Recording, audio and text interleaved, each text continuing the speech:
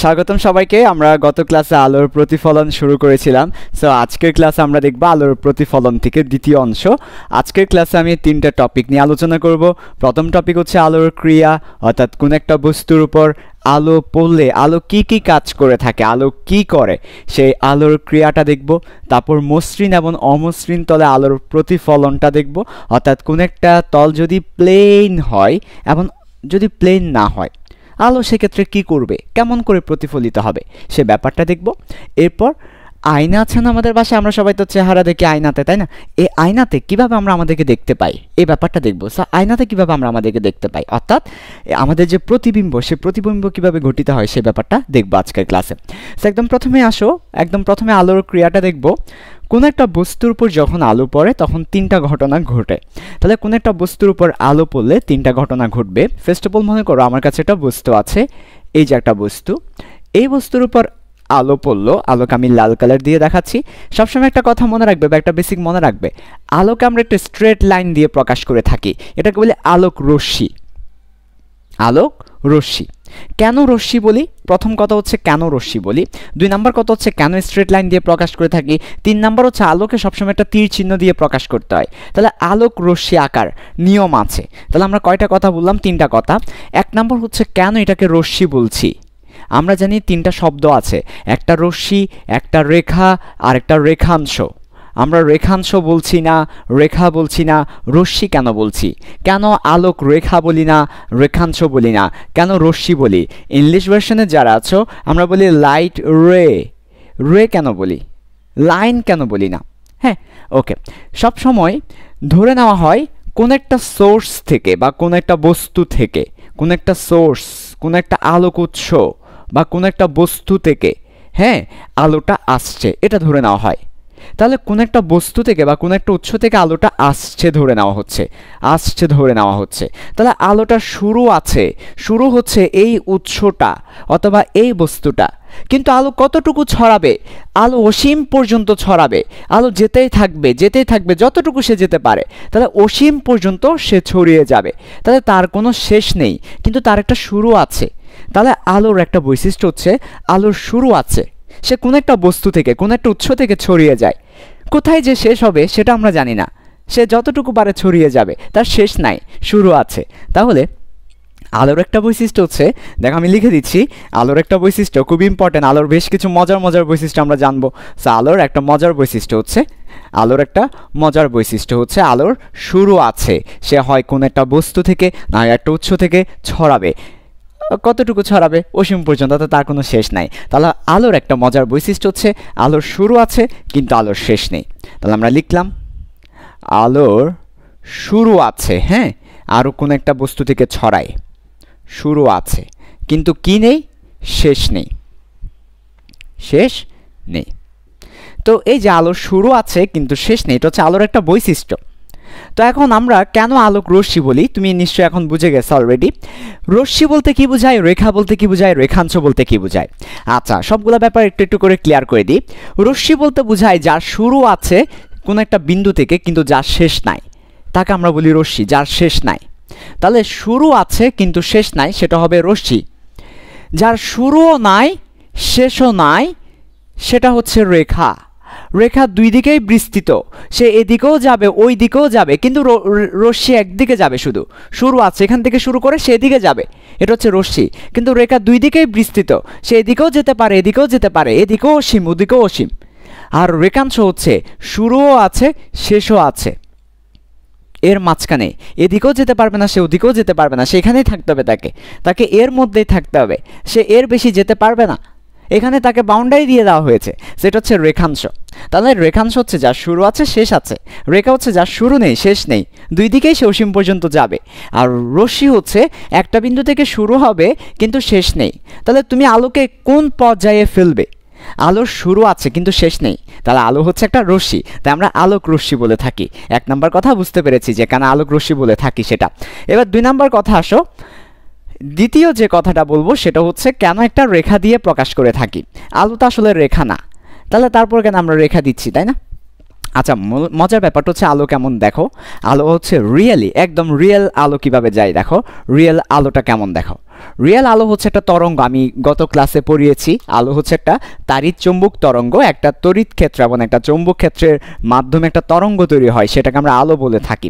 আলো হচ্ছে একটা তরঙ্গ, তড়িৎ চৌম্বক তরঙ্গ, যে কারণে আলো তাড়িৎ, তারপর চৌম্বক, তারপর তরঙ্গ। হ্যাঁ, তো তাহলে কিভাবে সে ছড়াবে? রিয়েলি আলোটা যেভাবে ছড়ায়, এটা মনে করো একটা আলোক উৎস, এখান থেকে আলোটা কিভাবে ছড়ায় দেখো, তরঙ্গ আকারে সে ছড়াবে।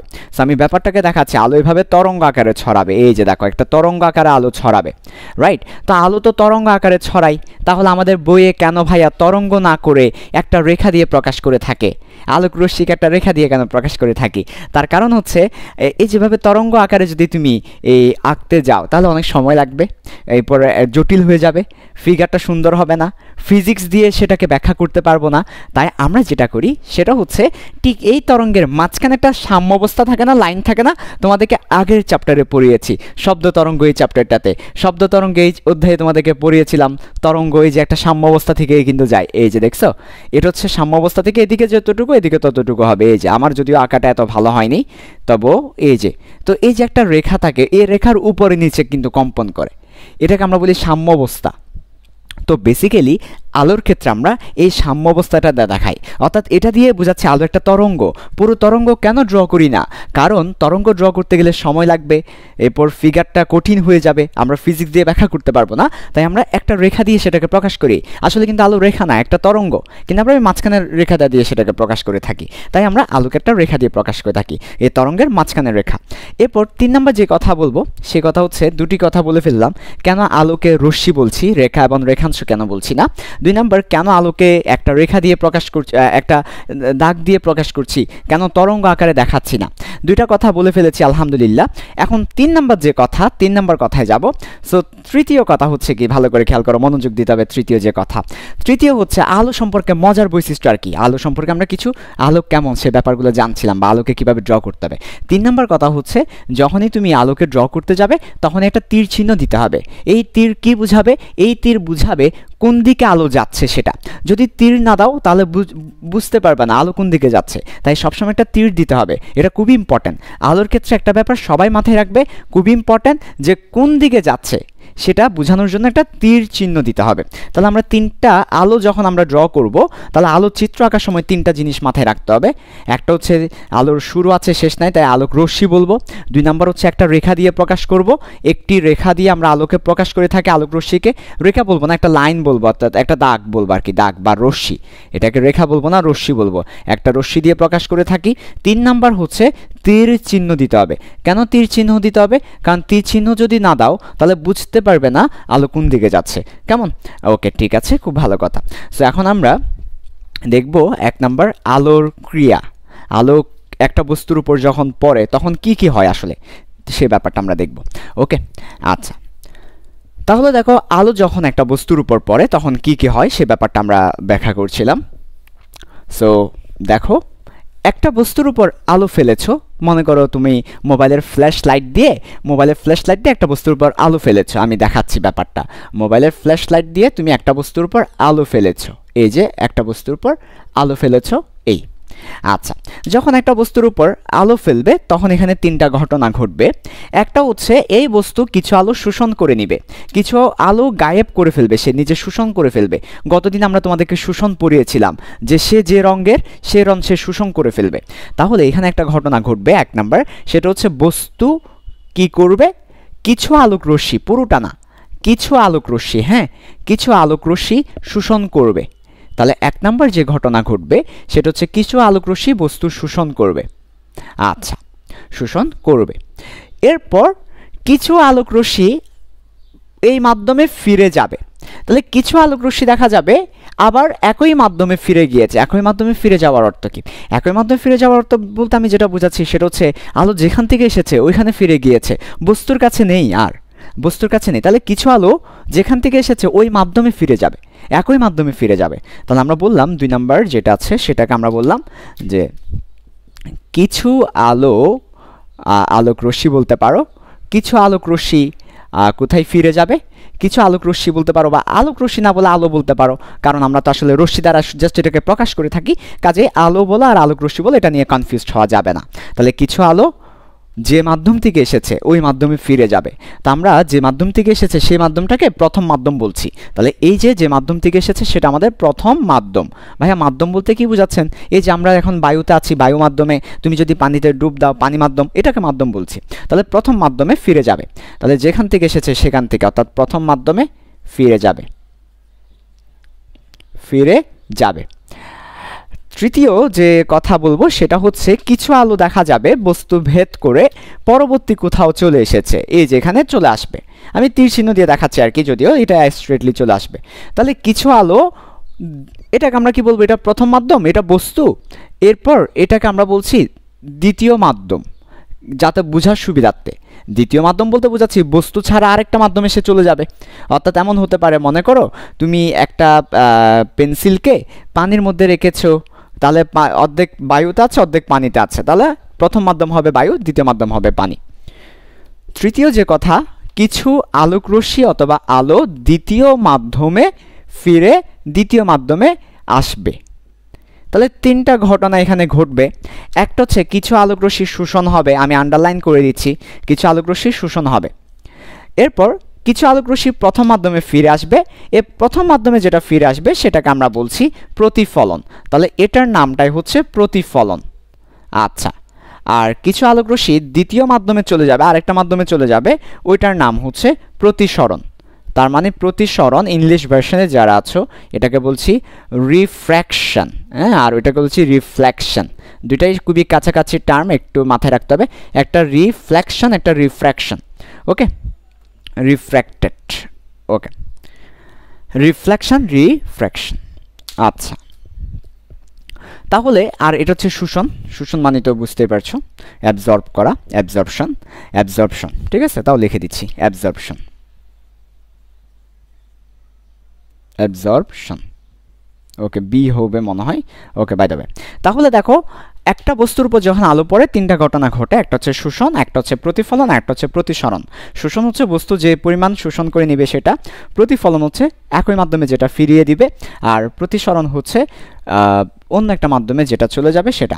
তো আমাদের এই চ্যাপ্টারের নাম হচ্ছে আলোর প্রতিফলন। সো এখানে আমরা শুধুমাত্র যেটুকু আলো ওই মাধ্যমে ফিরে যাচ্ছে ওইটা নিয়ে পড়াশোনা করব। আর পরে একটা চ্যাপ্টার আছে, ওই চ্যাপ্টারের নাম হচ্ছে প্রতিসরণ। ওই চ্যাপ্টারে আমরা যেটুকু আলো দ্বিতীয় মাধ্যমে চলে যাবে ওইটা নিয়ে পড়াশোনা করব। সো এখন আমরা সরাসরি চলে যাব প্রতিফলনে, এবং প্রতিফলন আমরা দেখব যে দুইটা তল আছে, একটা মসৃণ তল, একটা অমসৃণ তল, একটা স্মুথ অ্যান্ড একটা নন স্মুথ সারফেস। ওইখানে প্রতিফলনটা দেখব, রিফ্লেকশনটা আমরা দেখব। ঠিক আছে, তাহলে চলে আসো সেই ব্যাপারটা দেখি। ওকে,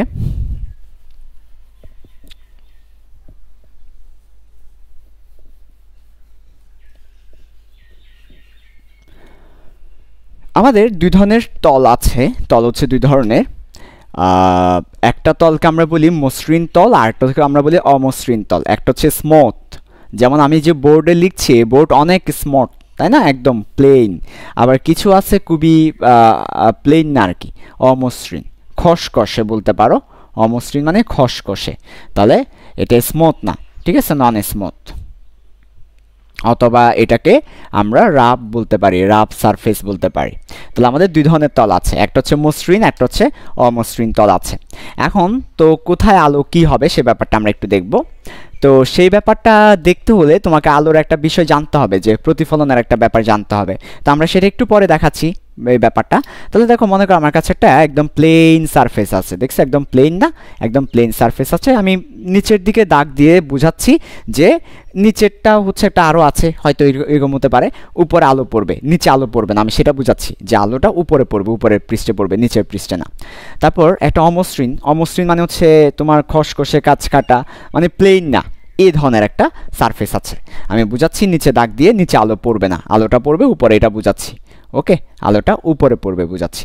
তাহলে এবার একটা আলোক রশ্মি ফেলবো, তাদের একটা না বেশ কয়েকটা আলোক রশ্মি ফেলবো এবং কি হয় সেটা দেখব। তাহলে দেখো, একটা আলোক রশ্মি ফেললাম, সেটা প্রথম মাধ্যমে ফিরে গেল। দ্বিতীয় একটা আলোক রশ্মি ফেললাম, সেটাও প্রথম মাধ্যমে ফিরে গেল। তৃতীয় একটা আলোক রশ্মি ফেললাম, সেটাও ফিরে গিয়েছে। তাহলে আমরা একটা মজার ব্যাপার দেখতে পাচ্ছি যে আমরা সমান্তরালে আলোগুলো ফেলেছি, সমান্তরালে আলোগুলো প্রতিফলিত হয়েছে। তাহলে যেটা ফেললাম সেটাকে আমরা বলি আপতিত, আপতন, যেটা পড়েছে সেটা আপতিত।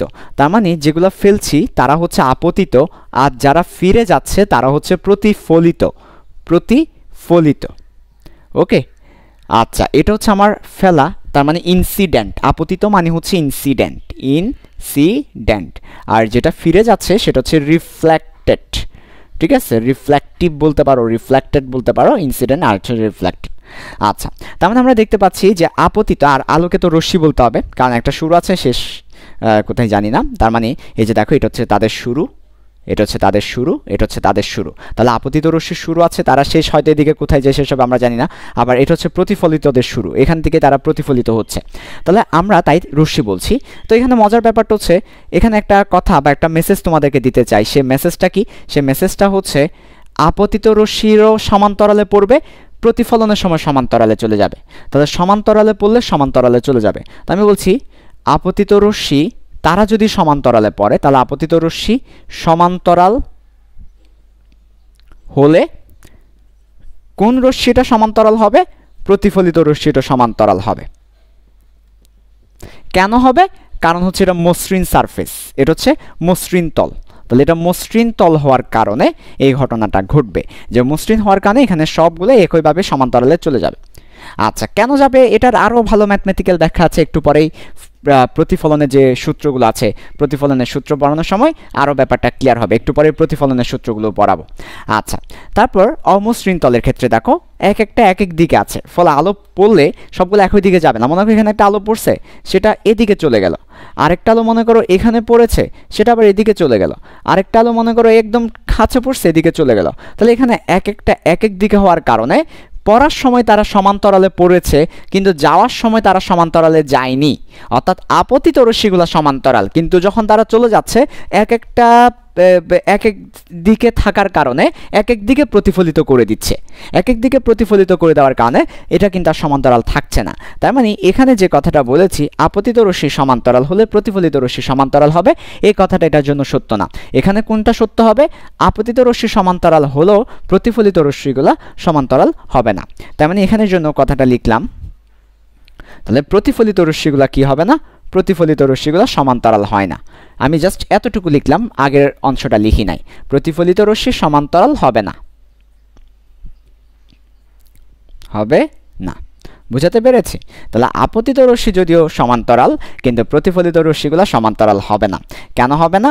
কারণ হচ্ছে এটা অমসৃণ তল বা অমসৃণ সারফেস। তো পরীক্ষা আমাকে প্রশ্ন করবে যে প্রতিফলন কি? প্রতিফলন হচ্ছে কোনো একটা বস্তুর উপরে আলো পড়ার পরে সেটা প্রথম মাধ্যমে ফিরে যাওয়া, যে মাধ্যম থেকে এসেছে সে মাধ্যমে ফিরে যাওয়া হচ্ছে প্রতিফলন। প্রতিফলনের সংজ্ঞা লিখতে বললে এটাই লিখবো, যে মাধ্যম থেকে এসেছে সে মাধ্যমে ফিরে যাওয়া। তারপর আমাকে প্রশ্ন করতে পারে প্রতিফলনের তল কয়টা? দুইটা, একটা মসৃণ তলের প্রতিফলন, একটা অমসৃণ তলের প্রতিফলন। মসৃণ তলের প্রতিফলন হলে কি হবে? আপতিত রশ্মি সমান্তরাল হলে প্রতিফলিত রশ্মি সমান্তরাল হবে। আর অমসৃণ তলের প্রতিফলন হলে কি হবে? আপতিত রশ্মি সমান্তরাল হলেও প্রতিফলিত রশ্মি কিন্তু সমান্তরাল হবে না, ঠিক আছে? বিক্ষিপ্ত হবে। এটা আসলে সমান্তরাল হবে না। কেমন হবে? বিক্ষিপ্ত হবে। বিক্ষিপ্ত মানে বুঝো? বিক্ষিপ্ত মানে হচ্ছে এক একটা এক এক দিকে যাওয়া, এটাকে আমরা বলি বিক্ষিপ্ত হওয়া। আচ্ছা, এবার আমরা একটা টপিক এখানে লিখি নাই, সেটা হচ্ছে প্রতিফলনের সূত্র। আমরা এখানে লিখে দিচ্ছি একটা টপিক। এখন তোমাদেরকে এই টপিকটা পড়াবো। প্রতিফলনের দুটা সূত্র আছে বা নিয়ম আছে, এই প্রতিফলনের সূত্রগুলো আমরা দেখব এখন, ঠিক আছে? তারপর আমরা প্রতিবিম্বে যাব। তাহলে আসো প্রতিফলনের সূত্রগুলো আমরা এখন দেখব, প্রতিফলনের সূত্র। ওকে ওকে, তাহলে প্রতিফলনের সূত্রগুলো আমরা এখন দেখব। দেখো, তো সূত্র বলতে আসলে কি বোঝায়? সূত্র বলতে আমাদের প্রকৃতি, আমাদের জগৎ, আমাদের নেচার যে নিয়মগুলো মেনে চলে ওটাকে আমরা সূত্র বলি। আসলে সূত্র আসলে আলাদা কিছু না। এই যে আমরা যে বলি অ্যাপ সমান এম এ, অর্থাৎ কোনো একটা বস্তুকে যখন তুমি অ্যাপ পরিমাণ বল দিবে, ওই বস্তুর ভর যদি এম কেজি হয় এবং ওটার ত্বরণ হবে এ। তো এটা হচ্ছে আসলে একটা নেচারকে অবজার্ভ করে আমরা একটা সূত্র বানিয়েছি আর কি, যে আমরা দেখতেই পাচ্ছি এম কেজি ভরের একটা বস্তু অ্যাপ পরিমাণ বল দিলে সে এ পরিমাণ ত্বরণে চলে। তাহলে এখান থেকে আমরা বলেছি AP is equal to M A. তেমনিভাবে এখন আমি যে প্রতিফলনের সূত্র পড়াবো, এটা আসলে সূত্র না, এটা আসলে নিয়ম। জগৎ এই নিয়মে চলে, আমাদের প্রকৃতি, আমাদের নেচার এই নিয়ম ফলো করে। এটাকে আমরা পরবর্তীতে একটা কথা দিয়ে সূত্র আকারে লিখেছি আর কি। তাহলে প্রতিফলনের নিয়মগুলো আমরা এখন দেখব। প্রতিফলনের নিয়ম, অথবা এটাকে কি বলতে পারি? নিয়ম না বলে এটাকে আমরা বলতে পারি প্রতিফলনের নিয়ম, না বলে সূত্র বলতে পারি। আচ্ছা, ওকে, এবার চলে আসো। দেখো, দুটো নিয়ম আছে, মুখস্থ করব না, আমরা বুঝে বুঝে করব। হ্যাঁ, আচ্ছা, তাহলে দেখো ফার্স্ট অফ অল হচ্ছে এক নম্বর যে নিয়মটা আছে সেটা হচ্ছে আপতিত রশ্মি, একটু আগেই বলেছি যেই রশ্মিটা বস্তু থেকে পড়বে, যে রশ্মিটা আমরা ফেলবো সেটা হচ্ছে আপতিত রশ্মি। তারপর হচ্ছে যেটা ফিরে যাবে সেটা প্রতিফলিত রশ্মি। আর এখানে একটা নতুন শব্দ শুনবো, সেটা হচ্ছে অভিলম্ব। বুঝিয়ে দিচ্ছি অভিলম্ব ব্যাপারটা কি। তাহলে অভিলম্ব, আপতিত রশ্মি, প্রতিফলিত রশ্মি এবং অভিলম্ব একই সমতলে থাকবে, এটা হচ্ছে এক নাম্বার নিয়ম। বুঝিয়ে দিচ্ছি নিয়মটা। আর দুই নাম্বার নিয়ম হচ্ছে প্রতিফলন কোণ ও আপতন কোণ সর্বদা সমান হবে। খুব ইম্পর্ট্যান্ট একটা নিয়ম এটা, প্রতিফলন কোণ ও আপতন কোণ সর্বদা সমান হবে। এটাও বুঝিয়ে দিচ্ছি, সর্বদা সমান হবে। ঠিক আছে, তাহলে চলো শুরু করি, ব্যাপারটা দেখি, আমরা আস্তে আস্তে ব্যাপারটা দেখব। আচ্ছা, প্রথমে আসো আপতিত রশ্মি, অর্থাৎ যেই রশ্মিটা আমরা ফেলবো কোনো একটা বস্তু বা কোনো একটা তলের উপরে, কোনো একটা তল হতে পারে, কোনো একটা বস্তু হতে পারে। আপাতত বস্তু বা তল মানে কি, আসলে প্রত্যেকটা বস্তুর কাছেই কিন্তু একটা তল আছে। যেমন এই যে হোয়াইট বোর্ড, এটা হচ্ছে হোয়াইট বোর্ডের তল। তাহলে বস্তুর যে চারপাশ, বস্তুর চারপাশটাই হচ্ছে তল। যে আমার বডি কাভার, এই যে আমার বডির কাভার কোনটা, এটাই আমার বডির কাভার, তাই না? এটাই তল। কোনো একটা বস্তুকে যেটা কাভার করে রাখে সেটাই হচ্ছে তল। কোনো একটা বস্তুকে যেখানে হাত বুলানো যায় সেটা হচ্ছে তল। তলের ফিলিংস কি? তলের ফিলিংস হচ্ছে কোনো একটা বস্তুকে যেখানে হাত বুলানো যায়, যেটা কাভার, সেটাই হচ্ছে আমাদের তলের ব্যাপারটা। আচ্ছা, ঠিক আছে। সো এখন যেটা আমরা বলছি সেটা হচ্ছে এখানে খুব ইম্পর্ট্যান্ট একটা ব্যাপার, যে বস্তু বলতে পারো, তল বলতে পারো, আমরা তল হিসেবে নিচ্ছি। তাহলে দেখো, নর্মালি তলের উপরে আলোক রশ্মি পড়ে, তো আমরা একটা তল এঁকে দেখাচ্ছি তোমাদেরকে। এটা হচ্ছে একটা তল। ওকে, আমরা উপরে আলো ফেলবো, তাই নিচের দিকে দাগ কেটে দিচ্ছি, উপরে আলো ফেলবো। তো এখন দেখো, যে আলোটা ফেলবো সেটাকে আমরা বলছি প্রতিফলিত রশ্মি, আপতিত রশ্মি। তাহলে এটা হচ্ছে আমাদের আপতিত রশ্মি। আচ্ছা, তারপর তলের উপর একটা লম্ব কল্পনা করে নিব। তাহলে কি বললাম? তলের উপরে একটা লম্ব তো আমরা রাখতে পারি, যেটা একদম 90 অ্যাঙ্গেলে থাকে, সমকোণ, সেটাকে আমরা লম্ব বলি। তলের উপর একটা লম্ব কল্পনা করে নিয়েছি। তাহলে দেখো, খুব ইম্পর্টেন্ট, আমার ঠিক কি লম্ব হয়েছে, লম্ব কি দেখতে মনে হচ্ছে যেটা লম্ব? একটু বাঁকা হয়েছে, কারণ এটা বাঁকা হয়েছিল। আচ্ছা, সমস্যা নাই, সুন্দর করে একটু আঁকি, সৌন্দর্যটা অনেক ইম্পর্টেন্ট, ঠিক আছে? আচ্ছা, সুন্দর করে আবার ড্র করি। তাহলে দেখো, আরেকবার ড্র করি, তাহলে সুন্দর হবে। এই হচ্ছে লম্বটা, আর এই হচ্ছে তল, ঠিক আছে? আশা করি এবার ঠিক আছে। তাহলে দেখো ভালো করে, এই যে একটা তল, নাম দিচ্ছি এটাকে তল, তলের উপর একটা লম্ব এঁকেছি, এই লম্বটাকে আমরা বলি অভিলম্ব। এখন একটু করে এটা নিয়ে অনেক কথা বলবো, অভিলম্ব নিয়ে কিছু কথা বলবো, সবাই মনোযোগ দাও। তাহলে তলের উপর যে লম্ব সেটা হচ্ছে অভিলম্ব। সো অভিলম্ব নিয়ে আমি কথা বলবো। অভিলম্বকে ইংলিশে বলে নর্মাল, অভিলম্বকে ইংলিশে বলে নর্মাল।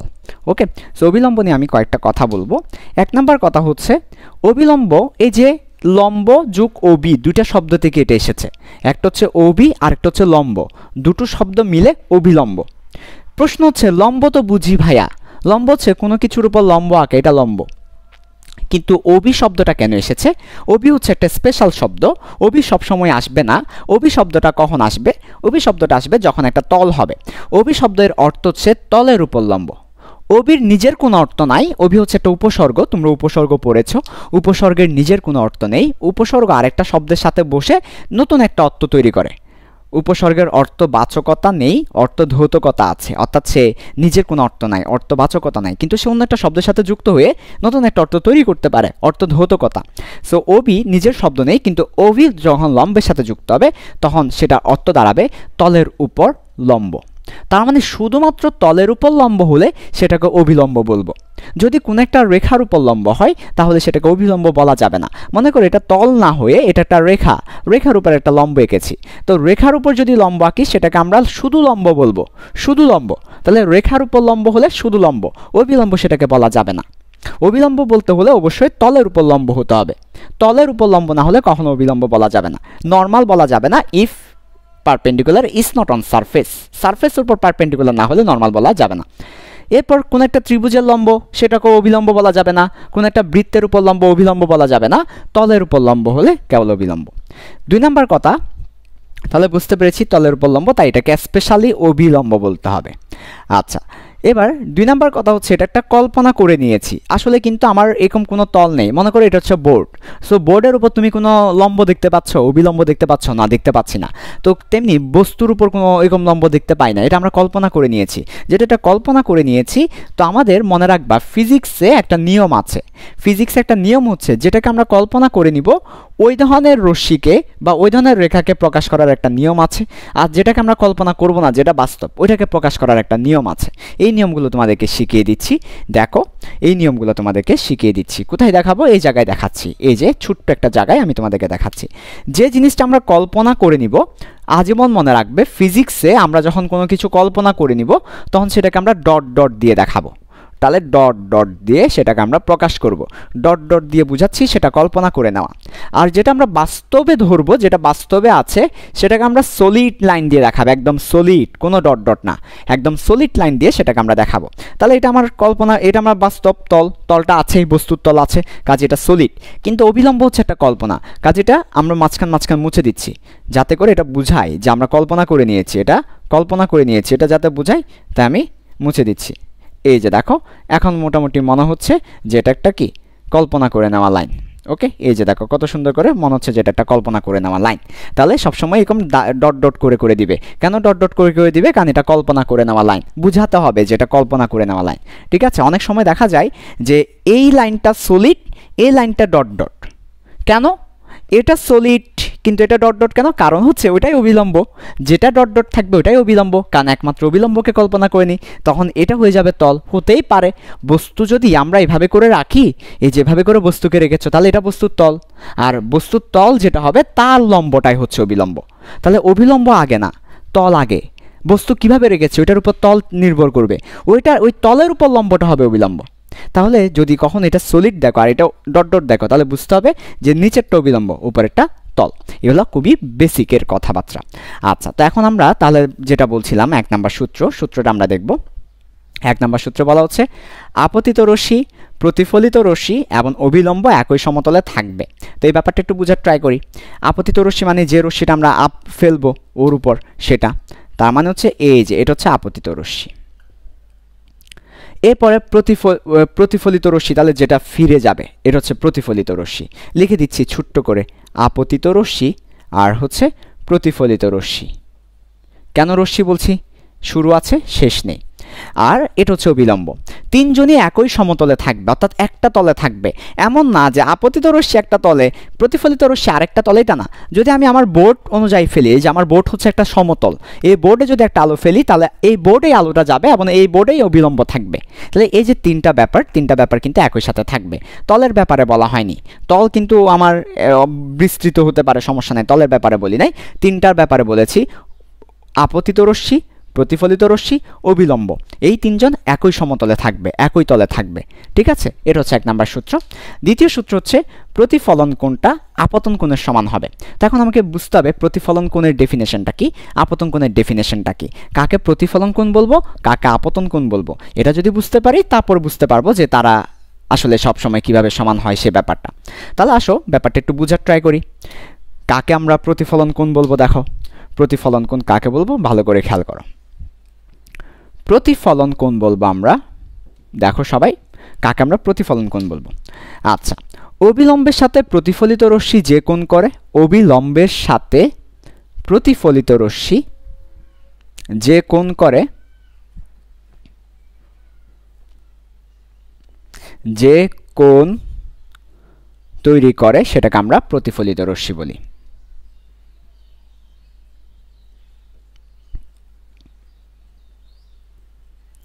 অনুরূপভাবে আপতিত রশ্মি কাকে বলবো? অবিলম্বের সাথে আপতিত রশ্মি যে কোণ করবে সেটাকে আমরা আপতিত রশ্মি বলবো। তাহলে সবসময় প্রতিফলিত রশ্মি, আপতিত রশ্মি, ইভেন প্রতিসরিত রশ্মি সবগুলা কিন্তু কার সাথে? ওই রশ্মির সাথে অবিলম্ব। তাহলে এই যে প্রতিফলিত, প্রতিসরিত, আপতিত সবগুলো কিন্তু অবিলম্বের সাথে, এটা মাথায় রাখবে। সব কিছু কিন্তু অবিলম্বের সাথে ওই রশ্মিটা যে কোণ করে। যেমন আপতিত রশ্মি বললে, আপতন কোণ বললে, ও সরি, আপতিত রশ্মি লিখে ফেলছি, এটা আপতন কোণ হবে, আমি দুঃখিত, খেয়াল করি নাই। তাহলে আপতিত রশ্মি যে কোণ করে। ঠিক আছে, ওকে, তাহলে এটা হবে আমার আপতন কোণ, আপতন কোণ হবে। তাহলে দেখো এই যে এখন তাহলে আমাকে বলে এখানে কোনটা আপতিত কোণ, আপতন কোণ, আর কোনটা প্রতিফলন কোণ। আপতিত রশ্মি আর অবিলম্ব, এখানে তল কিন্তু না, তল নেওয়া যাবে না, এই কোণটা নেওয়া যাবে না, কারণ এটা তলের সাথে। কোন কোণটা নিতে হবে? ওই পাশেরটা নিতে হবে। তার মানে এই কোণ আমাকে নিতে হবে, এই কোণ আমাকে নিতে হবে, এই কোণ আমাকে নিতে হবে। এটাই হচ্ছে আমার আপতন কোণ। তাহলে এটাকে আমি বললাম থিটা আপতন কোণ। আর প্রতিফলিত রশ্মির সাথে বিলম্ব, তাহলে এই কোণটা নিতে হবে, এটা হচ্ছে থিটা প্রতিফলন কোণ। তা আমরা আগে বলেছি আপতিতকে ইনসিডেন্ট বলা হয়, তাই এটাকে আমরা থিটা আই দিয়ে প্রকাশ করে থাকি। আর প্রতিফলনকে রিফ্লেকশন বলা হয়, তাই এটাকে আমরা আর দিয়ে প্রকাশ করে থাকি। তাহলে থিটা আই আর থিটা আর সর্বদা সমান হবে। ঠিক আছে, তার মানে আমাদেরকে দ্বিতীয় সূত্র কি বলছে? দ্বিতীয় সূত্র আমাদেরকে বলছে থিটা আই আর হচ্ছে থিটা আর অলওয়েজ সমান হবে। এটা অলওয়েজ যেই কোণে আপতিত হবে সেই কোণেই ফিরে যাবে, যেভাবে আসবে সেভাবেই ফিরে যাবে। এটা একটা নিয়ম সূত্র, এবং এগুলার প্রমাণ আছে। এগুলার প্রমাণ যে নাই তা না, কিন্তু আমাদের লেভেলে লাগে না, আমাদের বইও নাই, আমাদের লেভেলে প্রমাণগুলো লাগে না। তো এই দুইটা নিয়ম মেনে প্রতিফলনগুলো হয়ে থাকে। তো এই দুইটা নিয়ম মেনে প্রতিফলনগুলো হয়ে থাকে। তো এখন নিশ্চয়ই তোমরা বুঝতে পেরেছো মসৃণ তলে আলো ফেললে কেন সমান্তরালে যায়, কারণ এটা যে কোণে এটা সেই কোণেই যাবে, তাহলে সমান্তরালে যাবে। কিন্তু অমসৃণ কোণে আলো ফেললে কেন বিক্ষিপ্ত হবে? কারণ অমসৃণ কোণে এক একটা কোণ এক এক কোণে থাকে, ফলে এক এক দিকে চলে যায়। তাহলে মসৃণের ক্ষেত্রে কোণ সেম থাকে, অমসৃণের ক্ষেত্রে কোণ চেঞ্জ হয়, তাই হচ্ছে এক একটা এক এক দিকে চলে যায়। এই ব্যাপারটাই তোমাদেরকে বুঝতে চেয়েছিলাম। আচ্ছা, তো এখন আমরা আজকে এইটুকুই থাকবে আমাদের। এরপর আমাদের আজকে দর্পণ বা আয়নাতে প্রতিবিম্ব গঠনটা, এই লেকচারে না, আমরা পরের লেকচারে গিয়ে দর্পণ বা, এটা একটু সময় লাগবে কারণ এখানে অনেক বোঝার আছে, ম্যাথমেটিক্যাল কিছু ইকুয়েশন আছে। আমরা পরবর্তী লেকচারে প্রতিবিম্বের গঠনটা দেখব ইনশাল্লাহ। ওকে।